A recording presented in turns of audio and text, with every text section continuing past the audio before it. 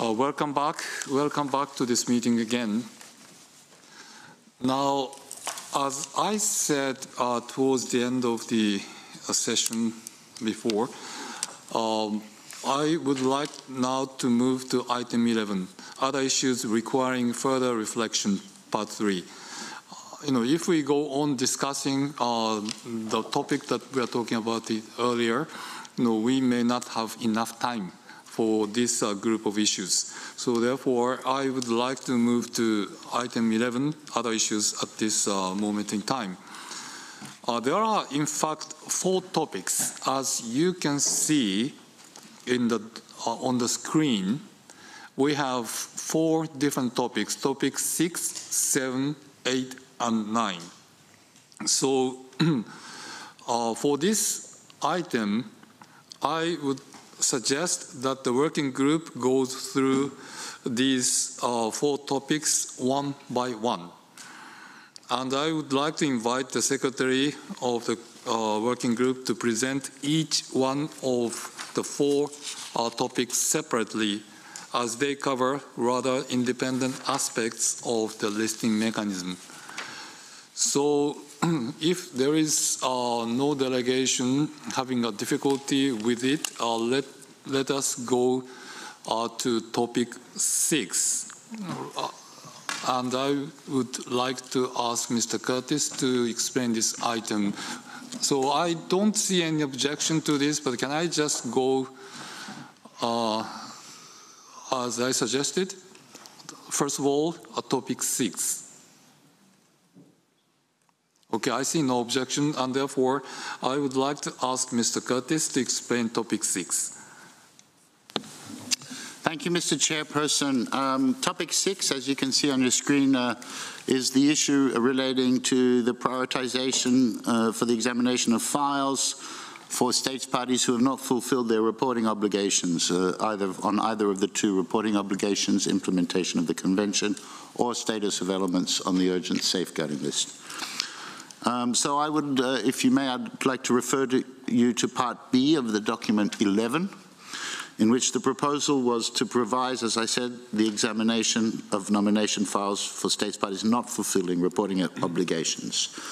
And if, just a summary, I don't want to spend too long because most of the information is in the document, but if I can present the conclusion of our analysis first. The situation as regards the submission of periodic reports has significantly improved recently. And so we do no longer see the issue as pressing, perhaps as it was, and in that sense feel it might not be productive at this stage to lower the priority for the nominations submitted by states who may be late with their reports, and I'll just like to explain a little more. The reform of the periodic reporting mechanism, which you will remember, took place between 2017 and 2019 as a response to a previous situation of untimely submissions or non-submissions of periodic reports, particularly on the implementation of the convention. And that was a subject of recurrent preoccupation for the committee. The reformed mechanism, and you will recall, it has been aligned to the overall results framework of the convention, following the recommendation also of the first iOS evaluation, and the submission of reports follow a system of regional rotation, unlike previously where it was every 6 years after the date of ratification. So the new system, regional system, started with states from Latin America and the Caribbean, and has already demonstrated a greatly improved submission rate. You can look at this chart of our periodic report submission, and we see the jump with the new system. So 28 out of 32 GRULAC states submitted their reports under the 2021 cycle, representing 87.5%.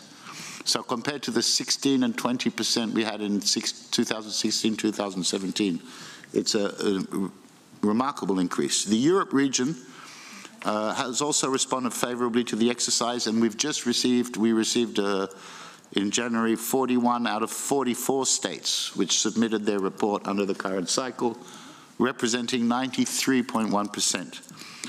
So I think, in fact, if I may take this opportunity, since we're talking about broader issues under the convention as well as the listing mechanisms, These experience from GRULAC and from Europe represent a huge success story of the Convention, of an important mechanism being the periodic report.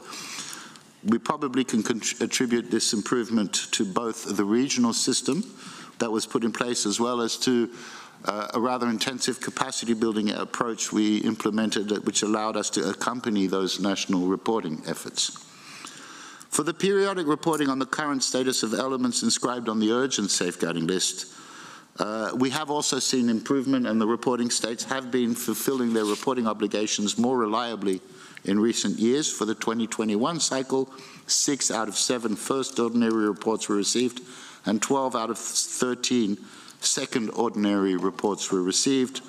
And this is also a noticeable improvement compared to the 2021 cycle. You may, and I'd just like to remind you that the 16th session of the committee also has already taken on board the recommendations of part 1 and part 2 of the working group to better link the periodic reporting and the inscription process. And the most relevant case here regards the simplification of the nomination forms by referring criteria R5 or U5 to the inventorying systems already identified in those periodic reports. Again, this will probably take a couple of years to really properly kick in, but the idea is that once states have fulfilled their inventorying reporting in the periodic reports, it becomes lighter for them in the nomination of files because there's a reference point. So for all these reasons above, the document suggests that it might be perhaps not so productive at this stage to lower the priority for member states not fulfilling their reporting obligations. We have a vast array of reasons, and some particularly small states do have also their own human resource issues in reporting to all the conventions. So consequently, the working group may wish to recommend not to pursue the proposal at this stage, but to reconsider it at a later stage, having better taken note of all the reforms going on in the periodic reporting currently underway. Thank you, Mr. Chairperson. Well, thank you very much, Mr. Curtis, for introducing topic 6. The news we heard are very encouraging, and I would like to congratulate third parties in Latin America and the Caribbean, and also European regions for having managed to submit their reports in such a diligent manner. Now, in view of the situation right now, I think we can probably go, I can probably make a proposal for the decision, the draft decision at this moment in time. As you can see in the screen, our suggestion will be the proposal to revise the priority for the examination of the nomination files for state parties that did not fulfill reporting obligations can be reconsidered at a later stage, particularly if improvement made in the submission rates of periodic reports in the recent cycles cannot be maintained. Now, the reason for suggesting this at a very early stage is that as the data clearly shows, there has been a lot of improvement in this front. And therefore, if we discuss whether we should lower the priority for those member states who haven't fulfilled reporting obligations, it may not be necessary at this moment in time. On the basis of that particular observation, I would like to make a proposal like this, and I will now open the floor for comments, of course, but at the same time, could I just advise the delegations, if you have a problem with this formulation, please say that very clearly, because I don't see this issue is very contentious. I don't think this is very contentious. So I would like to hear if there is any delegation who is opposed to the draft recommendation that we have on the screen at this moment in time. We want to know that. If this meets the expectations of the room, perhaps without having a very extensive discussions, we can probably move to topic 7. Okay, having said that, the floor is open, and I recognize Sweden to be followed by Kuwait. So Sweden, please. Thank you, Mr. Chair.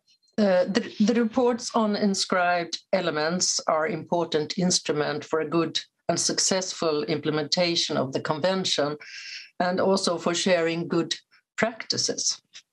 Therefore, after the experiences from the 15th committee meeting in 2020, Sweden proposed a restriction for the possibilities of submitting new nominations for states that have not fulfilled their reporting.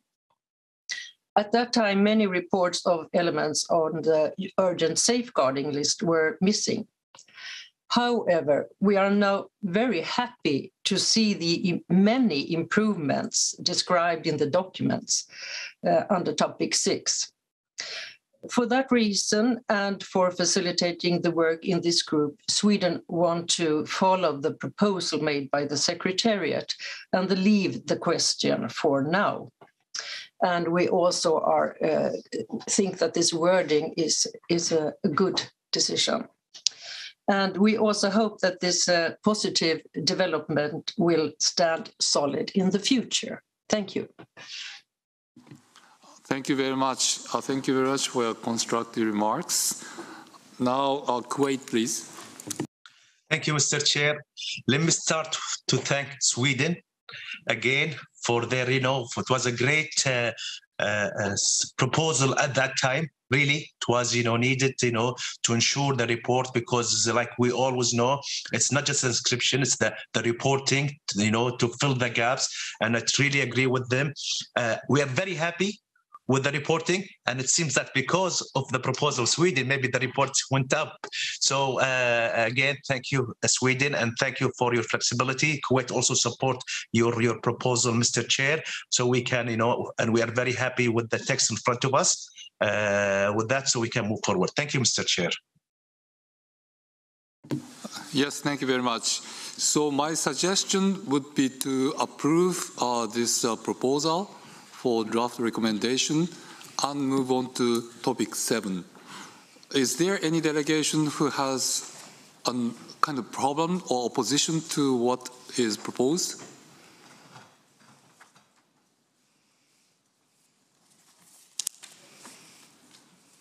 Okay, I don't see any hand raised. Thank you very much for your understanding. And with that, let me conclude the discussions on topic 6 and move on to topic 7.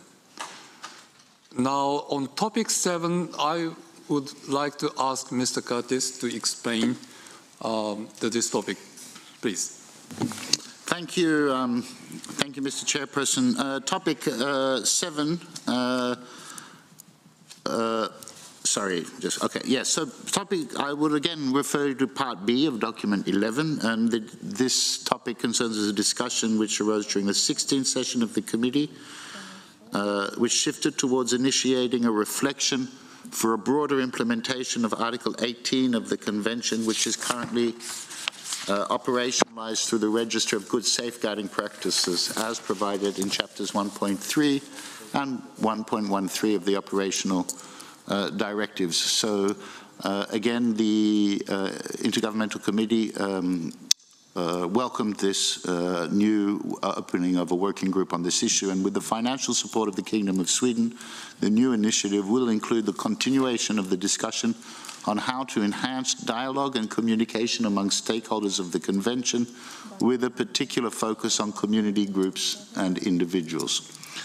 Consequently, the working group may wish to highlight to the committee that issues covered under topic 7 will be incorporated into the initiative on Article 18, which we plan to begin after the 9th session of the General Assembly, once this current working group has done its work. Thank you. Okay, thank you very much, Mr. Curtis. I take this opportunity to thank the Kingdom of Sweden for supporting the reflection on Article 18, which is undoubtedly undoubtedly a core matter for encouraging the participative and inclusive approach of the 2003 Convention. Now, I will open the floor, but again, in the same way as before on topic 9, I would like to make a proposal for the draft recommendation which now appears on the screen. The issues covered under this topic are to be incorporated into the new initiative on the broader implementation of Article 18 of the 2003 Convention. The working group to be sponsored by Sweden will discuss this topic.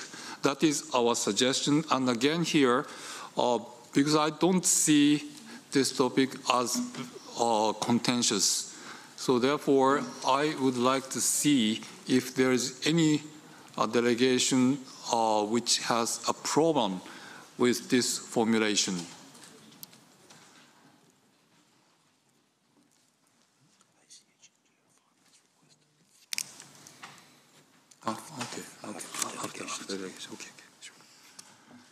Okay, now Venezuela, please.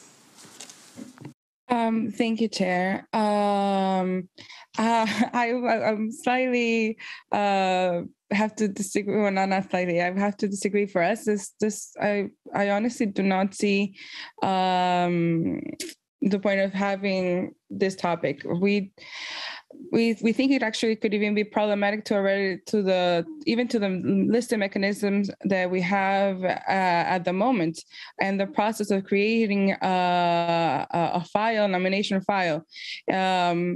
The process of creating a nomination file requires that the experts go directly to the communities at hand and not only work with them directly on the creating of the file, on the creation of the file, but to have their approval or their consent on the presentation and on how the file is implemented and created and presented. So going to a third party that does not have the same access and does not participate in the direct involvement to the community, it would just seem problematic and also confusing. And also it would be problematic and it would also could easily lead to making the discussion more complex and even politicizing at moments and at times. Because again, the creation of these files does not just happen outside of the community. It goes with the expertise of the experts, creating them and working through them directly with the communities, with the NGOs if necessary, but it goes that process already exists. So I do not understand why we would have to go to a third party to get additional information when the experts are there and they already have the access. So we would prefer that we do not that this issue would not be extended and because it would create more further confusion and I think further problems in the future. Thank you.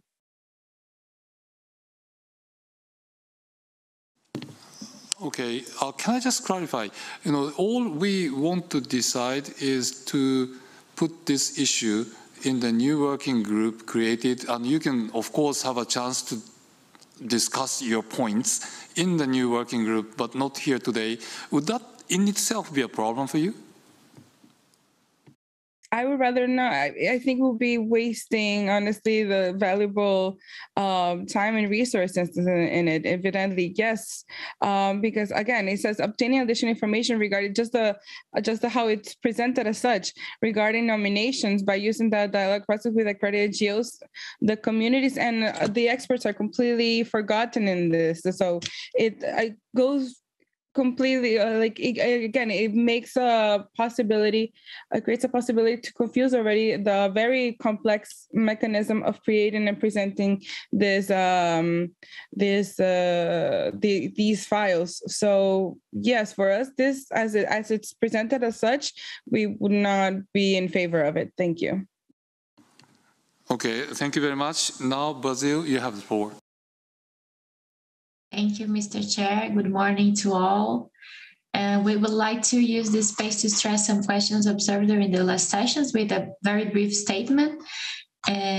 We agree with the position expressed by Venezuela regarding the specific topic regarding a process of dialogue. Nevertheless, as reflected in our working document, there are a few other questions that the 20th anniversary of our convention calls for substantial reflections that extend beyond the reform of the listing mechanisms, and in order we can achieve new balances toward the full and equitable implementation of the convention. Much attention has been dedicated to the representative list at the expense of other issues that perhaps could be equally or indeed more urgent to address.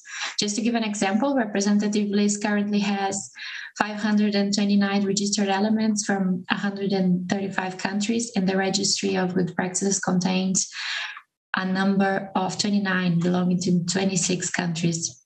Brazil considers that the relationship between safeguarding and sustainability should be stressed if you want lasting contributions of intangible cultural heritage to sustainable development. We think that traditional knowledge must be recognized not only as means to ensure its own viability and the consequent cultural diversity of humanity, but also as examples of strategies of resilience, creativity, development, and reinvention. We recognize important steps taken by the Secretariat, such as the Massive Open Group on Living Heritage and Sustainable Development, and we think it can serve as a model on how other conventions may address the responsibilities and mission under the 2030 Agenda. To that end, Brazil believes we should use more wisely the potential of the Register of Good Safeguarding Practices. We'd like to propose that a focus on the Registry of Good Practices may be included in the following debates about the substance of the listing mechanisms, not only its procedures. A possible solution is to include this theme in the reflection on Article 18 of the Convention. Again, we suggest that this inclusion builds upon the contributions of ICH to sustainable development. That is, when meditating about the Register of Good Safeguarding Practices, stakeholders are invited to reflect on the ways those practices relate to the SDGs and more broadly to sustainable ways of life. Many orientations on this sense are already covered by the operational directives of the Convention, Chapter 6, so it will not be something new, only a matter of reinforcing them. So to be clear, we think that when addressing issues in this next working group regarding Article 18 of the Convention, the Register of Good Safeguarding Practices should be on focus. Thank you, Mr.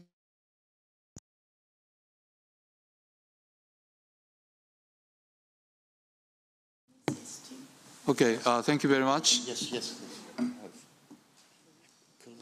Yeah, I think we need to have it here. Okay, now let's go for the list of speakers. Colombia to be followed by Sweden. Thank you, Chair. And we would like to thank Sweden also for the further discussion we will have in the future on Article 18. This is an interesting proposal for Colombia, actually, that for sure has to be explored further, and in the sense to looking for a better participation of the civil society in this process. Although we know, as Venezuela was very clear about, that these are participative processes with our communities anyways, but still.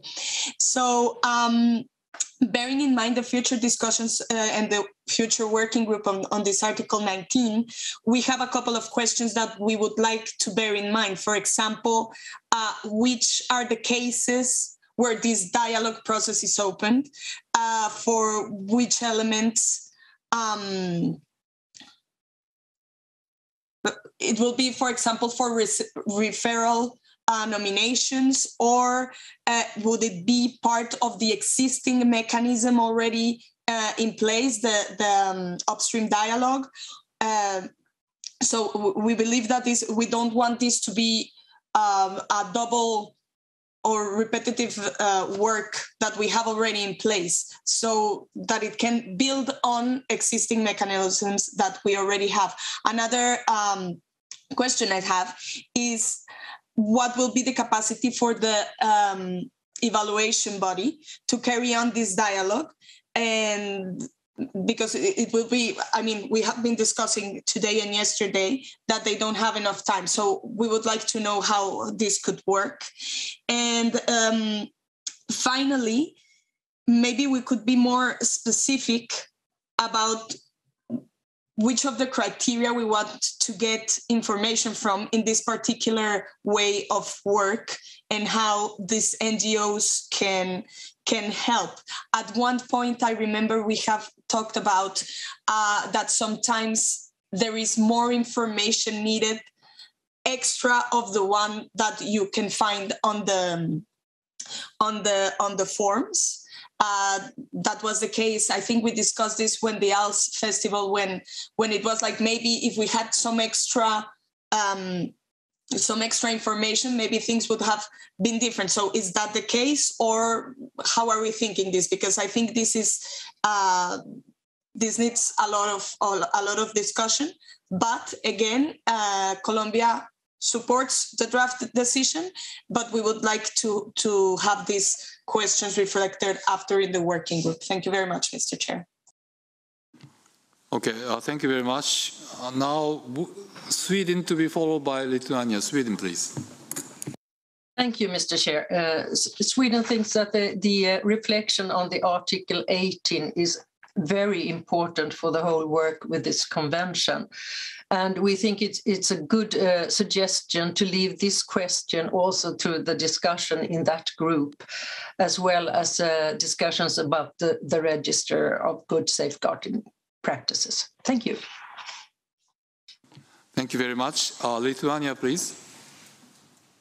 Thank you very much, Mr. Chair. I think the question on the reflection on Article 18 was raised very numerous times during the session, but the fact is that we had no enough time for discussing all the related issues. And I think we are really very thankful for the government of Sweden that for this for offering this space and resources for discussions and on about many issues related to Article 18. So I think we should economize time and do not go to the content and to many specific questions that we could ask during the future work of the open working group. Thank you, Mr. Chair. Okay, thank you very much. Okay, we just finished with a list of speakers now from member states. So at this point in time, I would like to give the floor to a participant from ICH NGO Forum, because they are closely related to this particular topic. So please, please, you have the floor.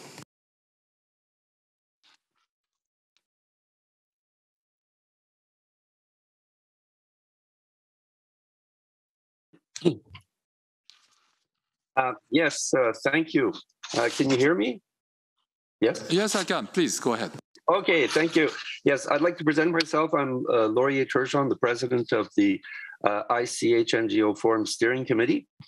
The ICH NGO Forum Steering Committee and the forum in its entirety would like to thank Mr. Chair, the state parties of the 2003 convention for giving us the opportunity to address this open-ended intergovernmental meeting. NGOs and civil society working alongside bearer communities and governmental and other actors have been accorded a clear role in the convention. In addition to accredited NGOs' advisory function to the convention under Article 9, the convention also requires NGOs to be involved directly in the fundamental safeguarding measure of identification and inventorying ICH elements nationally, and their role in relation to nominations to the international list has further been elaborated in the operational directives. The state parties' deliberations in this reflection on the listing mechanisms of the 2003 convention have highlighted the potential that NGOs accredited to the convention have to support the international operation of the convention. beyond their active and effective contributions as member of the evaluation body. In this regard, we welcome the affirmation by the committee that the transformed listing system should continue to place communities, groups, and, where appropriate, individuals at the center of safeguarding efforts and strive to further enhance their active participation in all steps of the listing mechanisms. In our view, the accredited NGOs are an essential element in putting this aspiration into effect. As the membership body of the now nearly 200 accredited NGOs representing all electoral groupings of UNESCO and enjoying deep and diverse expertise in ICH safeguarding and related policy setting, the ICH NGO Forum is in a unique position to engage with both governmental and non-governmental actors. Importantly, comprising community-based organizations, two NGOs engaged in national and international ICH initiatives, and with deep roots in local communities and close relationships with tradition bearers, our organization is a unique and distinct one in the heritage field. In view of the specific requirement placed on state parties to ensure the active participation of bearers and their communities in all aspects of ICH safeguarding, the accredited NGOs are in an unparalleled position to leverage these capacities for improving the operation of the convention and supporting the committee, the evaluation body, and the secretariat in this endeavor. We believe this makes us a key strategic partner for the state parties in applying the participatory principle of the 2003 convention. Founded through the initiative of NGOs in 2015, the forum now federates all NGOs accredited under the 2003 convention. Over time, the forum has developed its governance structures by establishing a steering committee representing all regions of UNESCO and international NGOs, working groups, and ad hoc committees. It holds an annual assembly and has adopted regulatory instruments, including bylaws and the electoral rules. Many member NGOs, in addition to their grassroots activities, advise their governments on the national level and also possess knowledge and experience in the intergovernmental operation of the convention. Its members regularly attend the statutory meetings and enjoy deep and diverse knowledge and experiences in the development, drafting, and implementation of the 2003 convention, as well as safeguarding ICH on ground worldwide. We recognize that the 2003 convention is experiencing rapid growth, while the resources to underpin this administration and the implementation of its international framework, including the listing mechanisms, are not sufficient to this growing task. This provides a unique opportunity for accredited NGOs to take on new roles and carry some of the burden of this increasing workload with tangible benefits for all state parties, the Secretariat, and other stakeholders to the convention. To finish, some of the ways in which we believe that accredited NGOs could actively support the listing mechanisms include: 1, providing information on the status and the impacts of safeguarding on inscribed elements, drawing on the deep cultural knowledge and grassroots experience of its members. Secondly, conducting field visits and providing advisory services, including follow-ups on listed elements and providing advice on actions to be taken. Number 3, supporting the work of the evaluation body, inter alia, through providing additional information as requested by the body, whether on a case-by-case basis or comprehensively. Such an expanded involvement of NGOs would increase the capacity of the body to evaluate the growing number of files nominated by state parties for inscription. 4th, mediating among governmental and intergovernmental actors, bearer communities, and civil society organizations serving as a natural bridge and interlocutor. In sum, the NGO Forum is a well-established body with a clear organizational structure and legal status that already plays a role in implementing the convention at the international level. We are ready and fully capable of providing further assistance to the committee and the secretary in these matters. Thank you, Mr. Chair.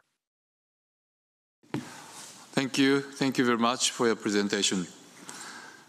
Now, we don't have any more countries raising hands. Yes. You do? Okay, sorry. Venezuela to be followed by the Netherlands. Venezuela, please. Thank you, Chair.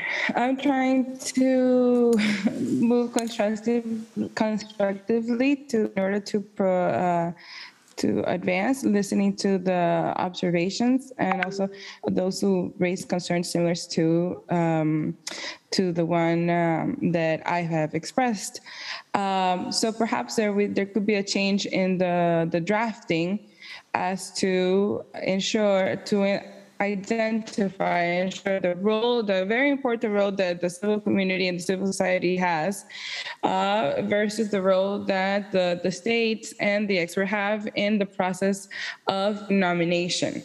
So perhaps instead of debating the possibility of obtaining additional information regarding nominations by using the dialogue process with accredited NGOs, perhaps it could be debating the possibility of enhancing the dialogue process with accredited NGOs and individuals concerned, and afterwards in view to fostering capacity building and good practices.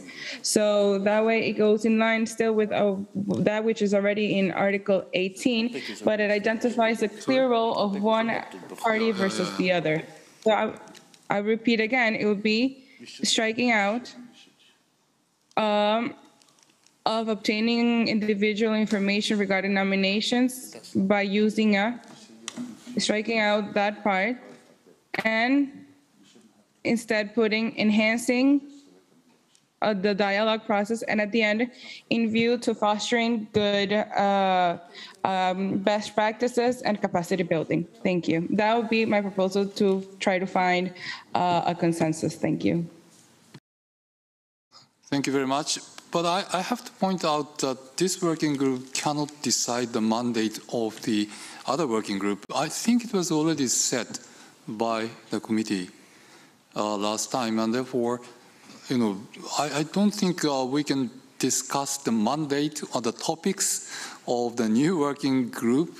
This is another working group, and therefore we cannot make a decision on what they have to discuss and what they should not discuss. So that is outside of our mandate. All we wanted to say here is because of the nature of this particular topic, it's not this working group, but another working group coming for discussion. So that's all we wanted to achieve here. I'm sure that you are aware of this, but this working group cannot make any decisions about what the other working group is doing. That has to be very clear. Okay, with that, I'd like to go to Netherlands. Thank you, Mr. Chair. We look forward to discuss further on this topic during the upcoming working group and to reflect broader on Article 18. But we do want to make a point, even though we are not talking about the scope of the working group at this moment. But we do want to put forward that we do think that direct community participation and NGO participation could play an important role. However, we should all keep in mind that the NGOs are not necessarily the same entity as the communities and the representatives of the communities. And also we should keep in mind the geographical imbalance of the NGO forum, which is still something we need to work on. So we would like to see that all NGOs can be included and not only the accredited NGOs and the NGO forum. Thank you. Okay, thank you very much. Colombia, please. Thank you, Chair, and I hope I'm not, well, no, I hope no. I'm taking all the time, I'm sorry. But maybe because we didn't, in the working document, we didn't have in mind that in para 11, you said that that in the 16th session, the committee shifted this discussion as it is decided to initiate a reflection for a broader implementation of Article 19 of the Convention. And it says after, this initiative includes the continuation of discussion on how to enhance dialogue and communication among stakeholders of the Convention with a particular focus on communities, groups, where appropriate individuals. So I believe, if I understand the questions raised by Venezuela, that I think she has a point. The problem is the title of this item, because it's shifted, if I understand correctly, the working document. So we are saying that the issues covered under this topic are to be incorporated in this new initiative, but the title is wrong. So am I right? Otherwise, if that is not the case, I believe this doesn't have much debate to take, since we are anyways going to take it on Article 18. But I believe that the questions raised by Venezuela and also by Brazil were actually regarding the participation of the NGOs in the nomination process, not in general in the implementation of the convention, and not in Article 18, which is, I understand, the good practice article. So maybe if we can clarify this, we can just carry on and save our arguments for the next working group. Thank you, Chair. Okay, thank you very much. I very much hope so. Mr. Curtis.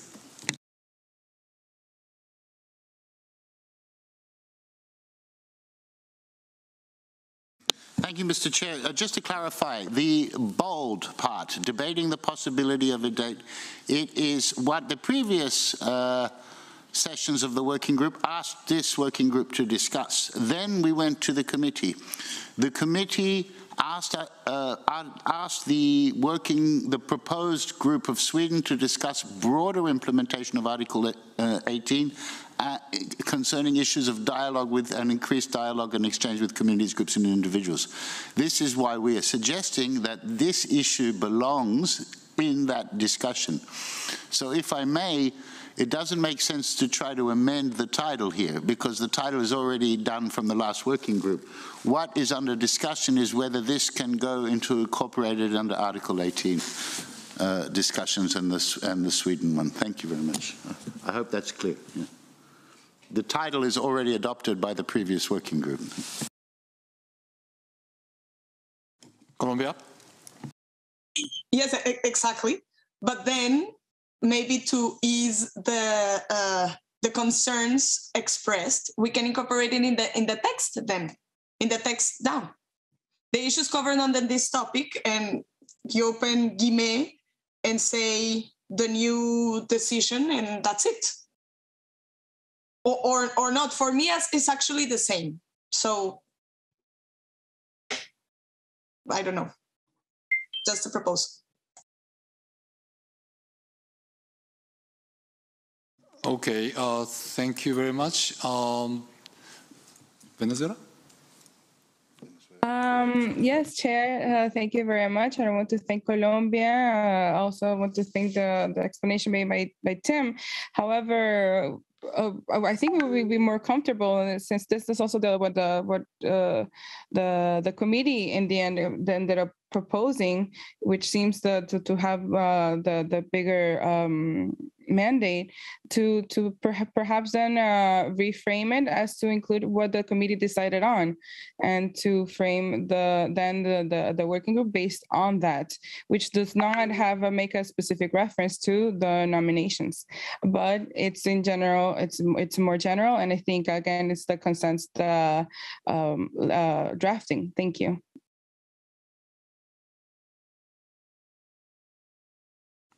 Okay, Kuwait, please. Thank you, Mr. Chair. I think, I might have a way out of this, Mr. Chair. I understand, the Secretary said, this is the title. Yes, it was decided, before. And all we are doing, we are shifting the mandate from this committee to this working group to the other working group. So I think, and I understand the concern of Venezuela and Colombia. So I suggest, Mr. Chair, is, keeping the title the same, incorporate their concern in your report, so that when it goes to the second working group in the report, you mentioned the concern of Venezuela and Colombia on the report, and keeping the title the same. Thank you, Mr. Chair. Well, thank you very much. Just to clarify, are you talking about my own separate report, or do you need any language to that effect somewhere in our recommendation? Just to clarify, Quaid, please. Yes, the title will be the same, the decision will be the same, but the report, that's your report, will be incorporated, a para, concerning this Venezuela. So we at least we have it on record, their concern. So in the next working group, it can be referred, but the title is still the same, Mr. Chair. Okay, thank you very much. In that case, can I take it to mean that perhaps when I present this to the General Assembly, I will mention those concerns? Okay, thank you very much. Fair enough. Thank you. Morocco, please.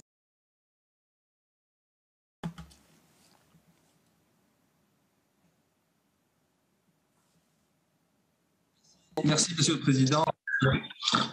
Le titre, évidemment, comme vous l'avez souligné, évidemment, a été adopté, donc on ne revient pas dessus. Je souscris complètement à ce qui vient d'être déclaré par mon collègue du Koweït. C'est un message tout simplement par rapport aux perspectives et aux travaux du prochain groupe de travail sur l'article 18, parce qu'effectivement, il y a des préoccupations qui ont été exprimées et qui sont tout à fait légitimes. Mais on sait très bien que, bien sûr, les communautés, les groupes, éventuellement les individus, les ONG sont au cœur de cette convention de 2003, évidemment, et que ce dialogue est absolument le bienvenu. Simplement, dans la perspective de ce futur groupe de travail qui sera conduit par la Suède, il faudra probablement fixer des termes de référence clairs par rapport à ce dialogue, parce qu'il y a des préoccupations qui ont été exprimées, qui, comme je l'ai dit, sont tout à fait légitimes. J'ai entendu également Madame la représentante des Pays-Bas qui souhaite que ce dialogue soit ouvert à toutes les ONG, pas uniquement les ONG accréditées. Je pense que ça peut poser un problème important. Donc, je ne suis pas tout à fait d'accord pour ouvrir cette perspective aux ONG non accréditées. Et comme l'a souligné la représentante du Venezuela, évidemment, ça peut ouvrir la voie à un certain nombre de dérives que l'on souhaite éviter, rester dans le cadre stricto sensu de la mise en œuvre de la Convention 2003. Voilà, donc je pense que dans la perspective de ce futur groupe de travail, les termes de référence doivent être clairement définis.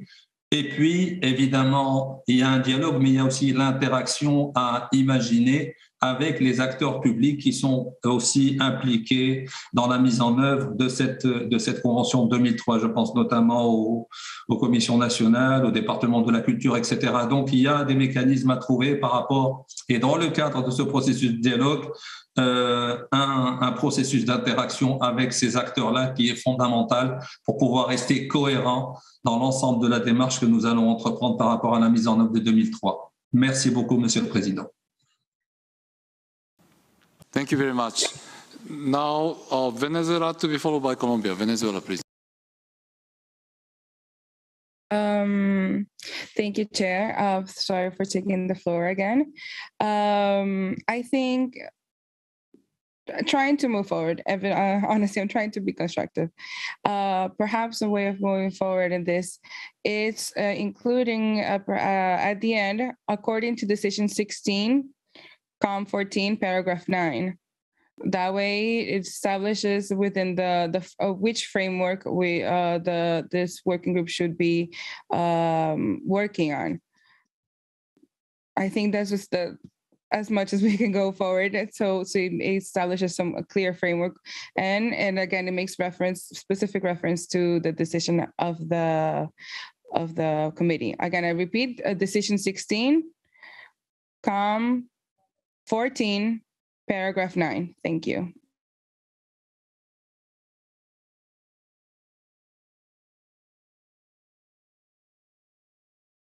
Okay, thank you very much. That is just a reference to the previous decision by the committee. I don't think this should be contentious. I don't see any hands raised at this moment. Can we agree on this? And of course, you know, as Ambassador Kuwait said, if any delegation has something which should be included in my report, please, please give us the note for us so that we can incorporate that into my report. But aside from that, in terms of the language that we are talking about, the addition, the last part suggested by Venezuela shouldn't be a problem. It's a reference to the previous decision by the committee. So can we assume that we have consensus here?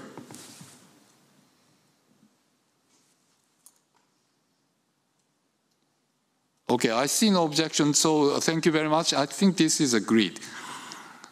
Thank you very much. Now, we have just ended topic 7. And as I said earlier, if any delegation wants me to mention your concerns in my report, please give a note to the Secretariat. Now,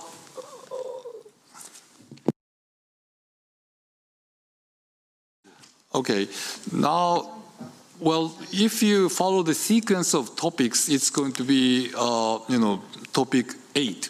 But topic 8 may be controversial. That is my impression. So can I go to a less controversial item, which is topic 9 at this moment in time, and come back to topic 8 at a later stage? And do you have any objections to that? Okay, I don't see any hand raised, so let me now go to topic 9. And Mr. Curtis, could you explain? Thank you, Mr. Chairperson. So I'm ready to introduce topic 9, which is the possibility of introducing preliminary assessment procedures to the existing upstream process. But I must, and I refer you, of course, to part D of document 11. However, I must start by specifying that the nomination process under the 2003 Convention does not actually include a real upstream process. Based on the discussions during the previous meetings of the working group, it does seem that this proposal under topic 9 was influenced by the ongoing discussions and the established procedure developed under the 1972 Convention. In that regard, I'd like to point out several important differences between the dialogue processes between the ways states are helped with their nomination files between the 1972 and the 2003 conventions. And please give me a minute to explain what I mean. The 1972 convention has established a new upstream process. What we have in terms of dialogue in the 2003 convention is actually probably a midstream dialogue process. Under the 1972 convention, 2 steps were added before the beginning of the formal nomination process. So these are steps before submitting a nomination, and they are the upstream process and the preliminary assessment. And these details on these steps are described with the help of the World Heritage Center in paragraph 18 of document 11. We did go and check with them. And what is important to highlight for our discussions here is that the introduction of these new provisions means that the 1972 Convention has been placing its focus on sort of catching potential problems before any formal submission of the file. In fact, even before the file is elaborated, if I understand correctly. Now, the nomination process under the 2003 conventions has what we could call, in fact, a midstream dialogue intervention. It allows 2 opportunities after the formal submission where files can be complemented. The first is to be made technically complete, and that is the technical completeness check that the Secretariat does. And the second one, which was introduced recently as what we call the early harvest of this ongoing reform process, is the clarification of minor issues for the evaluation body, which we call the dialogue process. So the technical completeness check is a first screening undertaken by the Secretariat when the nomination files are received. If the dossiers are not complete, the Secretariat advises the submitting state on how to complete them. Typical issues identified through this process include missing texts or texts that do not comply with the word count, missing support materials such as photos, videos, community consent, inventories, and so on.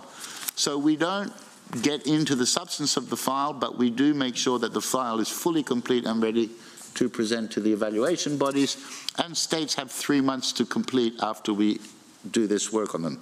The second opportunity, therefore, is the dialogue process, which was formalized in 2020 by the 8th session of the General Assembly, and as an early harvest of the global reflection at hand. And this process allows for the dialogue between the evaluation body and the submitting states to clarify minor issues identified in the nomination files through a simple question and answer process. And this was to sort of not have states coming to a referral for minor issues in the file. And the experience has really been quite positive. For instance, in 2021, so in the last couple of years, the evaluation body applied the process on 15 files, 14 of which were inscribed by the committee. Secondly, there are no permanent advisory bodies under the 2003 convention in the same sense of the 1972 convention, and this is an important difference which could make it quite challenging on a practical level to transpose the reform system under 1972 convention directly to the 2003 convention.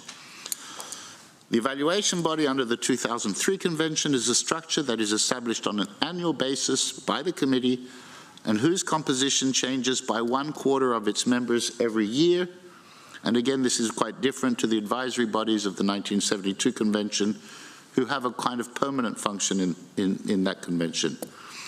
And as such, the evaluation body would not be able to take on tasks that need to be performed by allowing them to provide upstream advice, because they won't be in the same evaluation body, won't be the same evaluation body by the time the file comes through. In the 1972, they can, in fact, do that, but because it is a constant advisory body. But for 2003, we have a constantly shifting. Every year, it's a shifting evaluation body. The question then becomes, is such a procedure really worth it?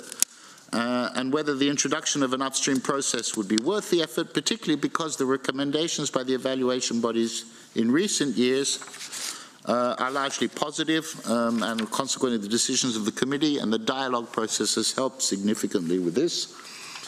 For example, the 16th session of the committee inscribed 90.6 of the nominations examined. Admittedly, some were withdrawn, while the 15th session was at around 81.8%. Moreover, such upstream processes above and beyond the completeness check of the Secretariat and the dialogue with the evaluation would indeed add significant extra burden on the Secretariat. And you may also be aware that in 1972 convention, there has been a reduction in the number of files to be treated as a corollary, if you will, of this upstream process. So our recommendation, the document's recommendation, is that the working group may wish to recommend to the committee to continue to observe the effectiveness of the dialogue process, which is currently in place, rather than plan for any additional preliminary assessment phase in the nomination process at this stage. Thank you, Mr. Chairperson. Thank you. Thank you very much. Indeed, the system is different between World Heritage and also intangible heritage. So there are unique differences. We simply cannot import what is there into our system of intangible heritage.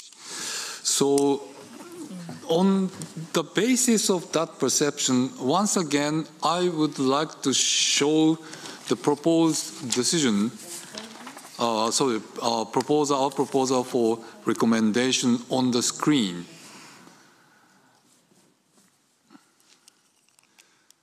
So the effectiveness of the dialogue process as recently adopted by the 18th session of the General Assembly shall continue to be strengthened and observed. This is the draft proposal for the draft recommendations. And you can find the presentations by Tim in Annex 3 of document 10. You have a chart there to explain the system. Okay, now I would like to open the floor now. And here again, I would like to see if there is any delegation which has a problem with what is suggested here.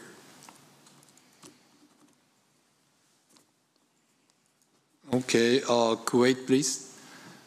Thank you, Mr. Chair. Mr. Chair, like it was said, the 1972 is totally different than 2003, and I think the text in front of us reflect, I think, a good way forward.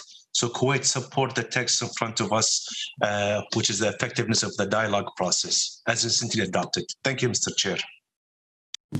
Thank you very much. I don't see any hand raised now, and therefore, can I?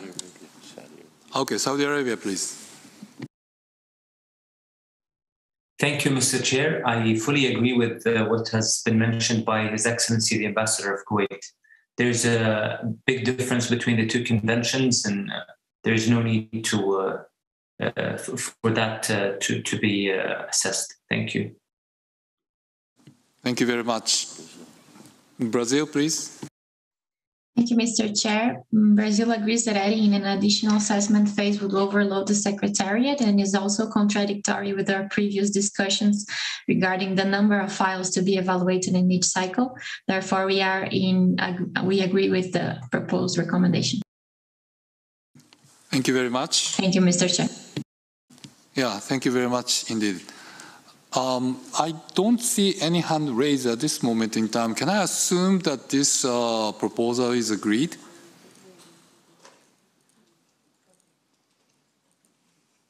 Okay, thank you very much. I really appreciate the constructive spirit in the room. Now, I would like to come to topic 8. I don't want to prejudge the discussions, but this is a slightly complicated issue. So let's have enough time for this discussion. Now, can I ask Mr. Curtis to explain the topic? Thank you, Mr. Chairperson. You will remember that this topic was added by the committee at its last session, which is to discuss necessary procedures to examine exceptional cases. And in that, I refer to Part C of Document 11. Perhaps I can just to explain that in drafting that Part C, we understood that this additional topic does not concern the inscription procedures in cases of extreme urgency, which are described in Article 17.3 of the Convention, which is transposed as the inscription criteria U2B and U6, and paragraph 32 of the operational directives, and this procedure is on which is foreseen and has been foreseen. Just to clarify, this procedure on extreme urgency has never actually been applied, but it's been foreseen. It is important to mark that that procedure is to inscribe elements on the urgent safeguarding list rather than on the representative or register of goods safeguarding. So what we are discussing here are exceptional cases that may or may not be in need of urgent safeguarding, and also, and in that sense, it is not specified what listing mechanisms may be used to include nominations qualified as so-called exceptional cases. And I think there are two main past examples that were considered exceptional, and a third which was a removal, so it wasn't an inscription. But the first is the case of Sirum and Sirium, traditional Korean wrestling, which was examined by the 13th session of the committee in 2018. And on that occasion, the committee made a somewhat historic decision to jointly inscribe on the representative list an element submitted by the Democratic People's Republic of Korea and the Republic of Korea. Important to note during that In that case, the evaluation body had actually evaluated each file separately, had given positive evaluations on all 5 cases, and then after the work of the evaluation body, the committee decided to accept the 2 files as a joint inscription between the 2 Koreas. The second case is the case of Jumu soup, which was discussed at length during the 16th session of the committee, and which also followed an exceptional procedure, and which is still the procedure which is still to be discussed by the General Assembly in its deliberations in July, sorry. So that, in a sense, that is still an ongoing procedure. Finally, there's the case of the Aus Carnival, which was examined by the 4th session of the committee. Although it wasn't an inscription, it was, in a way, an exceptional procedure, as it concerned the removal of an element, and part 2 of the working group, in fact, as a result of that, has discussed in detail the new procedure to be established following that for the removal and a set of operational directives related to the procedure are being recommended by that committee session to the upcoming session of the General Assembly. Now, Mr. Chairperson, given the particularities of each case, the document suggests that it may be difficult or not even appropriate to establish a detailed procedure at this stage on how to deal with exceptional cases as a generality. It suggests rather that it may be more pragmatic to recognize that the essential role of the Bureau, which has the opportunity to meet intersessionally to organize the work of the committee in a manner suited to each exceptional case. And this can be seen as provided for in Rules 12.2 and 12.3 of the Rules of the Procedure of the Committee. In this context, the working group may wish to recommend to the committee to direct the Secretariat to bring any exceptional case to the Bureau when and in a manner best suited to each case. In that sense, there may not be a need at this stage to amend the operational directives or to revise the rules of procedure of the committee. Thank you, Mr. Chairperson. Thank you very much for your presentation, Mr. Curtis. I don't want to prejudge the discussions here, but there, as you can see, there are several issues here. First of all, the Secretary's suggestion essentially is to leave to the Bureau the main responsibility to make a judgment as to whether we should go for a kind of exceptional procedure on a case-by-case basis. But some countries, some member states may want to have a clear rule in determining which one should be an exceptional case or not. But as I can probably imagine, this discussion will take a very long time because it will be very difficult to come up with a very clear set of criteria for exceptional cases. But at the same time, some delegation may want to make sure that exceptional cases should not take place at all. So there may be, there is probably a very big divergence of views on this particular topic. So without showing anything, well, it's there, but I'm not saying this time whether I want to see if there is an opposition to the Secretariat suggestion or not. And the floor is open for any kind of interventions. And then after that, let's see whether we can come to a consensus at all on this topic. So we should start with Sweden and to be followed by Kuwait. Okay, Sweden to be followed by Kuwait. Sweden, please. Thank you very much, Chair. I certainly hope that it will not be a long discussion because I hope and foresee, I'm not a wizard, but I can see the logic of this proposal, and exceptional cases are, as you say, exceptional. And it might be really, really difficult to foresee a detailed guideline for this. And having been part of the Bureau, member in the Bureau, I can say that it is a very functional body. And this is also something that can be looked upon at a later stage. But we have so far have had not so many exceptional cases. So I just hope that I'm right, that we do not need to have such a long debate on this, but because exceptional cases are exceptional. Thank you very much. Thank you very much. Kuwait to be followed by Morocco. Kuwait, please. Thank you, Mr. Chair. And I also thank our colleague from Sweden for his intervention. Mr. Chair, this item, I think, if we look at it closely, or Kuwait position, I think, this convention is mainly to, we look at the elements of the intangible, of the living heritage thing. And, like we see in the documents, the elements on urgent, or, cases or special case, there's a very clear on the documents in Article 17.3 of the convention is, there's a procedure, there's a way. So I think, that covers it. So then, anything outside that, I think it should go to the committee, because the reflection of a special case is, whatever you want to name it, it's end up by increasing the number of files. And, like we said in the last meeting, the number of files was increased than the decided numbers.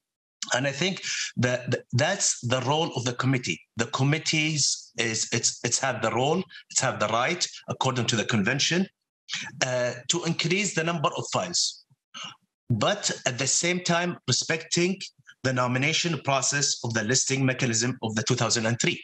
So we have, nomination process, it has to be respected. So to Kuwait, I think, this is bring it to the Bureau. The whole thing is we don't agree with it.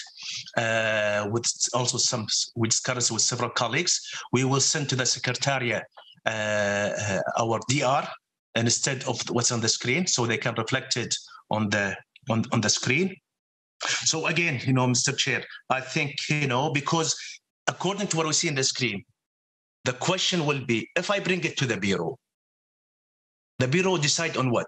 What's the criteria the Bureau will have?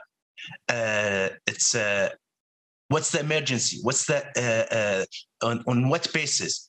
I think because since we have no criteria, and once we go to criteria, then we're having, with time, once we establish a criteria for an urgent or fast track, and the Secretariat can clarify to me after our last meeting, there are now several member states already want their dossier to be looked at as an urgent. So with time, we will have a fourth list. Now we have 3 lists. We'll have 4th list, which is, quote unquote, urgent. So to us, the Article 17.3 is very clear. It's for the urgent. And as we decided, Mr. Chair, as you know, from this working group, we approved is removing from one list to the other list. So if it's an urgent, there is a way to it and can describe.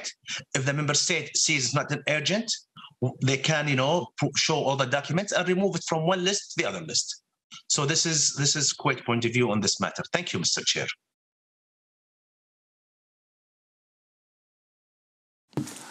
Thank you very much. Now Morocco to be followed by Venezuela. Morocco, please. Merci, Monsieur le Président. Évidemment, des cas exceptionnels peuvent se présenter. Nous les avons vécus lors de la 16e session. Mais c'est vrai, comme l'a souligné Monsieur l'ambassadeur du Koweït, effectivement, qu'est-ce que c'est qu'un cas exceptionnel ? D'abord, c'est une question à poser et à définir. Moi, je ne rentrerai pas dans la substance aujourd'hui, mais simplement que comment définir un cas exceptionnel. Là, il va falloir se mettre d'accord dessus. Puis, j'ai une question, parce que M. Curtis a souligné que cela ne concernait pas les inscriptions sur la liste représentative, mais sur la liste de sauvegarde. Là, j'ai encore un petit brouillard par rapport à cette question et j'aimerais bien que Monsieur Curtis nous éclaire là-dessus parce que ce n'est pas très, moi en tout cas, je n'ai pas très bien compris. Et puis, effectivement, les cas exceptionnels devraient être, parce que comme vous l'avez libellé là, sur la recommandation, va être porté à l'attention du bureau. Porté à l'attention du bureau, ce n'est pas très clair. Parce que ça ne veut pas dire que ce sera le bureau qui décide. Et en l'occurrence, le bureau ne doit pas décider sur les cas exceptionnels. C'est le comité qui devra décider sur les cas exceptionnels à partir d'une définition claire et d'un cadre clair. Donc, effectivement, moi, je ne suis pas pour ce libellé-là, en tout cas comme cela est présenté sur l'écran. Et puis, j'aimerais bien avoir une réponse claire, un peu plus claire de la part de Tim par rapport à la question, est-ce que ça concerne uniquement les listes de sauvegarde ou également les listes, la liste représentative. Merci beaucoup, Monsieur le Président. Thank you very much, Ambassador. Now, let me go to two more countries, Venezuela and Saudi Arabia, then ask Mr. Curtis to come back on some questions already asked. So Venezuela to be followed by Saudi Arabia. Thank you, Chair. Yes, I have to say that for our case, we tend to agree more with what was expressed by the Ambassador of Morocco, and such line also a little bit with what the Ambassador of Kuwait said. Because here it seems that, and it's also giving a lot of undue burden, I'm going to say, to the Bureau, who has to establish also procedure and case-by-case basis without having an actual guidelines or framework on how to deal with what would be considered exceptional cases. So I think dealing we have to identify what we consider and we can agree upon what are exceptional cases. What in regards to also the when it was presented versus the timeline established. So.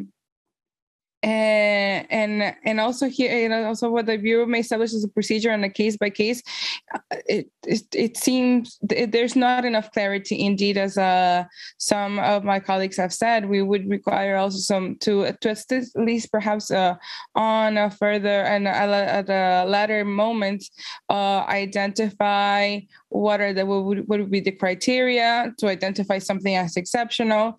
What are the possible procedures for these considerations regarding at least the experience that we have already had, and also to aid this. And indeed, at the end, also the committee is the body who has the mandate to actually decide upon this, in our opinion. But we understand, obviously, that.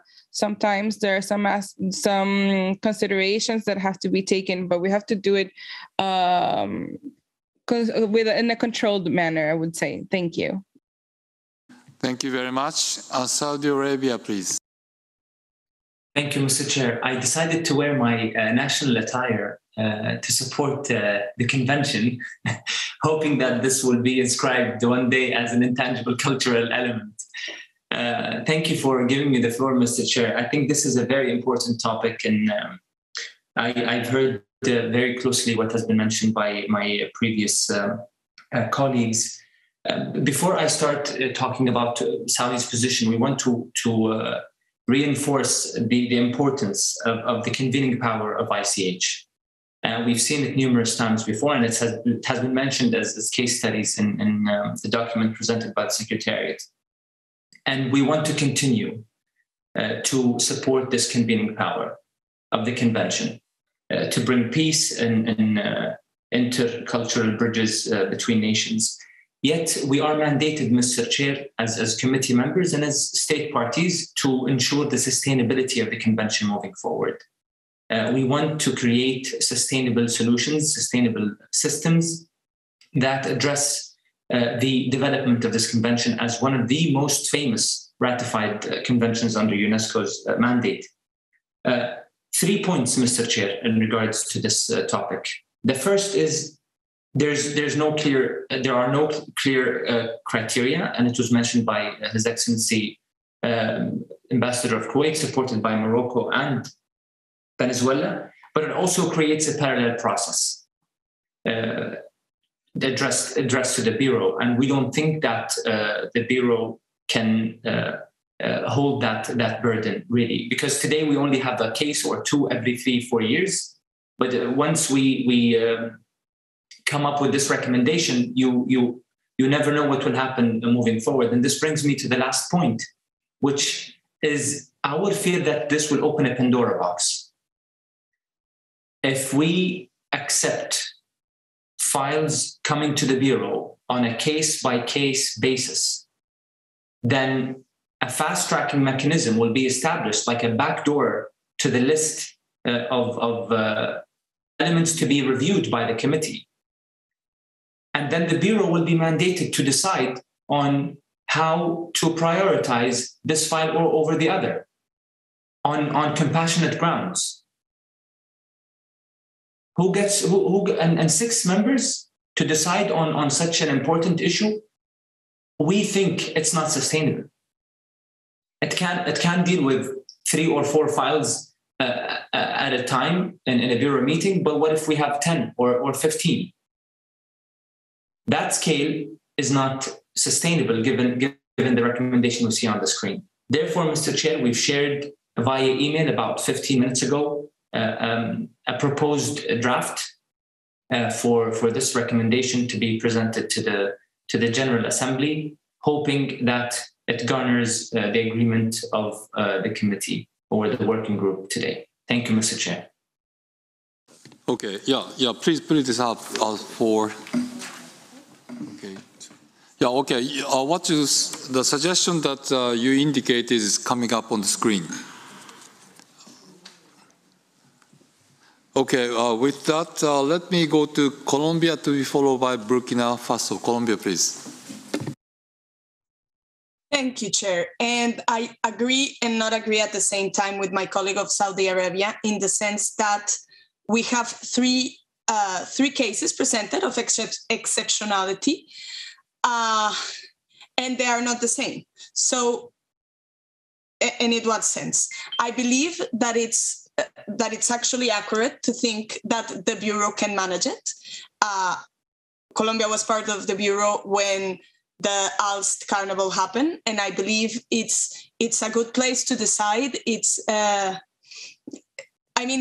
easier to convene. It has a lot of good virtues, but in the cases of fast track, I totally agree with Saudi Arabia, and I really hope that this, indeed, as he very well put it, doesn't open a Pandora box saying that we can start to fast track exceptions. Because there, I would really like to know, it's not about just the particular case that we had already, but in the future, I would really have to know what determines an exception. Because one thing is the first case, we have to withdraw an element from the lists. Another one is a joint element from the nature that was the Korean traditional wrestling. But fast track is something totally different. So I would like to propose that if we are going to settle some rules or some clarifications, would be on fast track and not on exceptions, because I think it's totally different. Thank you very much, Chair. Thank you very much. And before going further, I would like to give the floor to Mr. Curtis for more clarifications. Thank you, Mr. Chairperson. There was a very specific question by Morocco, so I do want to address that. And of course, just based on some of the comments, I hope the proposal we put in the document was not meant to suggest that the role of the committee in the inscription is in any way diminished. It is essentially the Bureau to decide how to bring it to the committee is the sense in which we were proposing this solution. The committee, of course, remains the body to decide on inscriptions. But I'd like to talk about the Article 17.3 because it is a procedure which is foreseen for exceptional cases. It has never been used yet. it foresees on the cases of extreme emergency, the inscription for cases of extreme emergency without necessarily having been even put forward by the submitting state, but for which the submitting state has given consent. We've had some attempts from non-states which were not accepted by the Bureau for various reasons. We've had two, and I don't want to go into the details of that. But it talks about criterion U2B and criterion U6, which are set up under Chapter 1 of the operational directives. And I want to just read what that U2B criterion and U6 criterion, if you give me a minute, Mr. Chair. U2A is the normal criterion 2 for the urgent safeguarding list. And U2B reads, the element is an extremely urgent need of safeguarding because it is facing grave threats, as a result of which it cannot be expected to survive without immediate safeguarding. And criteria U6, which says in cases of extreme urgency, the state party concerned has been duly consulted regarding inscription of the element in conformity with Article 17.3. And Article 17.3 is the article that establishes this possibility,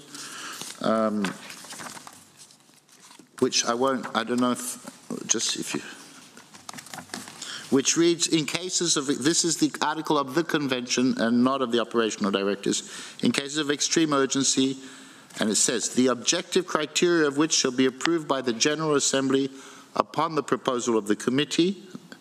The committee may inscribe in the item of heritage concerned on the list mentioned in paragraph 1 in consultation with the state's party concerned, and so that's Article 7. What is important is, for this discussion, is paragraph 32, therefore, of the operational directives, which essentially says, in accordance with a procedure to be established by the Bureau of the Committee on a case-by-case basis. So the committee, in consultation with the state party, shall examine the nomination as quickly as possible after its submission, in accordance with a procedure to be established by the Bureau of the Committee on a case-by-case basis. So that is the procedure established, and so the short answer to the question from the delegate of Morocco is, yes, it is foreseen only for the urgent safeguarding list and only for cases of extreme emergency on the urgent safeguarding list. But in the procedure foreseen, it is asked that the Bureau, on a case-by-case basis, decide how to bring it to the committee at the next possible stage. So I think that answers Morocco's question. Thank you, Mr. Chair. Thank you very much. Now I would like to go back to the list of speakers. That is Burkina Faso, to be followed by Malaysia.